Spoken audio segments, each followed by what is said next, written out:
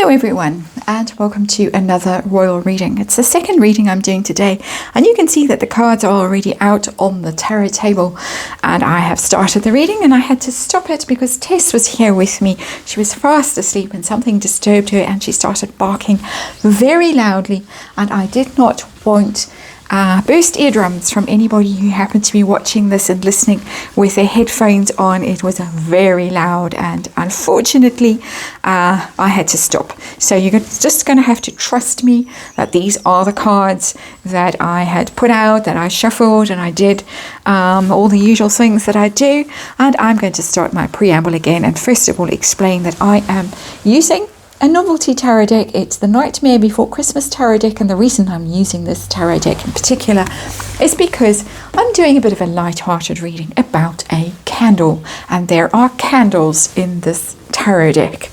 So the reading that I am doing is about the fact that during the funeral service at Westminster Abbey, there was a very large candle that mostly obscured Meghan Markle's face. And she wasn't only obscured by candles, she was also obscured by the very tall presence of Princess Anne's husband, Tim Lawrence, Commander, I think he is Tim Lawrence, strategically placed in front of her. He's the tallest member of the royal family. And there is speculation, there are people who are saying that this was all very deliberate, that the late Queen knew exactly where all the cameras would be placed. She planned every detail of this funeral ceremony service. She knew where the cameras would be. She knew where all the candles are in Westminster Abbey, and it was all very deliberate. So this is the reading, novelty tarot deck, just a jokey kind of a reading. And just to remind you, tarot reading entertainment purposes, just my opinion. Fluffy is now going to start scratching. It's going to be one of those days, loud animal days. But anyway, the underlying energy of this 5-card reading, I'm going to look at it. I'm going to ask, was it deliberate from the Queen's point of view, how Meghan felt watching reruns and finding herself obscured by that candle, and who else might have been in on the gag in the royal family, and outcome as a bit of a message from beyond the grave to Meghan anyway, possibly Harry and Meghan. What did they make of it ultimately? And the underlying energy, very interesting card that came up, is the Chariot. And I, in the previous attempt at doing this reading before Tess interrupted me, that's Mercury retrograde right there being interrupted, is the Chariot. And I was saying how very much like the funeral procession this is. Things, there's the reindeer. There are a very interesting depiction of these reindeer and going off, ascending, going off to heaven. It's very like the funeral procession, and led by that ghostly figure, up, up, up. And there is the day. We've got the day right, we've got the procession, we've got the energy right. It's very powerful, it's a very dynamic card. The Chariot is of course the Cancerian card, the Prince William card. Just throw that in there as well. He might have been in on the gag, but it's a new journey, setting off on a new journey, a new adventure. It's very, very positive. It's a very, as I said, it's very dynamic, very spiritual here, the way it's depicted. And then I asked, the first card of the actual reading, this is the underlying energy, was the situation from the royals' point of view, and out popped I'll show you the right way up, is the 4 of candles. So we got candles, and we got the 4 of candles. You can see them there in the picture. There are 4 candles, but they're in reverse. 4 of Wands in normal tarot, Rider-Waite tarot. 4 of Wands is, of course, the royal family. It's the firm, it's the foundation, the happy home, the celebration. This is not a celebration. This is, of course, the reverse of a celebration. It's a funeral. But it is broken home. It's a foundation that has been rocked by the behavior of a certain person who was blocked by that candle. So it's a very powerful message that's coming with that 4 of candles in reverse, that you home wrecker, basically. And of course, my opinion, how did the Queen do this deliberately? Did she set this all up deliberately? Was this this is how I'm going to run things? And we get the 8 of Presents, which is the 8 of Pentacles, which is mastery card. And what did I say? People saying that the Queen knew every inch of Westminster Abbey, knew where everything was going to be. She worked very hard on these arrangements. The Eight of Pentacles is working very hard. Santa's little helpers, they're working very hard. But yes, this was diligence. This was careful, being careful. Being precise is what the Eight of Pentacles, the Eight of Presents is about. Absolutely. This was detail that was micromanaged. This was intended. It was absolutely intended. How did Meghan feel when she got on her mobile phone in the, I was going to say the hearse, but it's Wallace's car, that she was driven away, and she must have got on her phone straight away to look and see how did she feel when she saw the big candle in the way. And yeah, she knows exactly what message she got. That's the 10 of Pentacles, 10 of Presents, but in reverse. She knows absolutely that she's been iced out of the royal family. She was cut out of, because the 10 of Pentacles doesn't really show in this card, but it's the 10 of Presents. It is about history. It's about your place in the lineage. It's about the order of things in a family, and inheriting stuff and planning for the future, and it being passed down the generations. And it's in the reverse. She's been cut out. And there is, of course, a comment in the media about the fact that the royals have reserved the right to edit the funeral footage and to permanently delete whatever they don't want shown again.